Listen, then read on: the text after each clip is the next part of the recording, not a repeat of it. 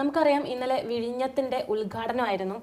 ലോകത്ത് മുഖ്യമന്ത്രിയും അതുപോലെ പ്രധാനമന്ത്രിയും ജനങ്ങൾക്ക് വേണ്ടി സമർപ്പിച്ചു കഴിഞ്ഞു. എത്ര വലിയ പദ്ധതിയാണ് ഇപ്പോൾ നമുക്ക് ജനങ്ങൾക്ക് വേണ്ടി നൽകിയിരിക്കുന്നത് എന്നുള്ളത് നമുക്കറിയാം. വിഴിഞ്ഞം തുറമുഖം എന്ന് പറയുന്നത് നമ്മുടെ ലോകത്തിന് തന്നെ ഒരു വലിയൊരു അഭിമാനിക്കാവുന്ന ഒരു നേട്ടമാണ് ഇപ്പൊ നൽകിയിരിക്കുന്നത്. അങ്ങനെ ഒരു നേട്ടം കിട്ടി എന്നുള്ളത് അത് കേരളത്തിന്റെയും കൂടെ ഭാഗ്യമാണ്. തീർച്ചയായിട്ടും ഒരുപാട് പ്രത്യേകതകൾ ഒരുപാടുണ്ട്. അതുപോലെ നേരത്തെ പറഞ്ഞ ജോലി സാധ്യതകൾ എല്ലാം നിറഞ്ഞൊരു നമ്മുടെ കേരളത്തിന് അഭിമാനിക്കാം അല്ലേ.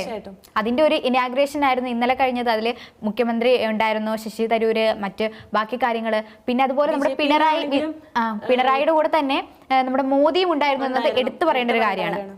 തീർച്ചയായിട്ടും ഒരുപാട് നേതാക്കൾ ഉണ്ടായിരുന്നു ഇന്നലത്തെ ഒരു ഇനാഗ്രേഷന്. എന്തുകൊണ്ടും അങ്ങനെ നമ്മൾ പറയുമ്പോൾ നമ്മളൊരു കാര്യം ചിന്തിക്കണം, ഇത്രയും നേതാക്കൾ ഒരുമിച്ച് കൂടിക്കഴിഞ്ഞു കഴിഞ്ഞാൽ അവിടെ ഒരു പ്രശ്നം ഉണ്ടാവില്ലേ. അത് സംബന്ധിച്ച് ഒരുപാട് പ്രശ്നങ്ങളുണ്ടായി, ഒരുപാട് പ്രസ്താവനകൾ തുടക്കത്തിൽ തന്നെ. അതായത് ഈ ഒരു ഇനാഗ്രേഷന് ആൾക്കാരെ വിളിച്ചില്ല, ക്ഷണം കിട്ടിയില്ല എന്ന് തുടങ്ങി അവിടെ തൊട്ട് വിവാദങ്ങളും അല്ലെങ്കിൽ പ്രശ്നങ്ങളും കൊണ്ട് വന്നിട്ടുണ്ടായിരുന്നു. അത് നമ്മുടെ പ്രശ്നം തുടങ്ങുന്നത് ക്ഷണം കിട്ടിയില്ല എന്ന് പറഞ്ഞിട്ട് വി ഡി സതീശനായിരുന്നു തുടക്കമിട്ടത്. ആളെ എന്തുകൊണ്ട് വിളിച്ചില്ല?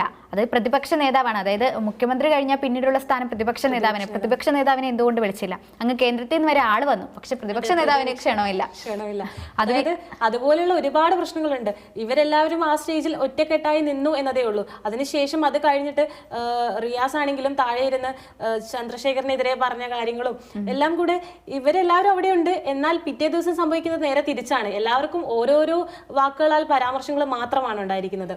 വാർത്തകളിൽ എല്ലാവരും നിറഞ്ഞു നിൽക്കുകയായിരുന്നു. അതെ, ഇപ്പോഴും അങ്ങനെ അതിന്റെ റിലേറ്റഡ് ന്യൂസുകളെല്ലാം പോയിക്കൊണ്ടിരിക്കുന്നത്. അപ്പോൾ നമ്മളിപ്പോ പറയുന്നത് ഈ ഒരു വിഴിഞ്ഞം ശരിക്കും ആരാണ് കൊണ്ടുവന്നത്, ആർക്കാണ് ഇതിന്റെ ക്രെഡിറ്റ് എടുക്കാൻ കഴിയുന്നത്? മുഖ്യമന്ത്രി പറഞ്ഞത് ജനങ്ങൾ തീരുമാനിക്കട്ടെ എന്നാണ് പറഞ്ഞിരിക്കുന്നത്.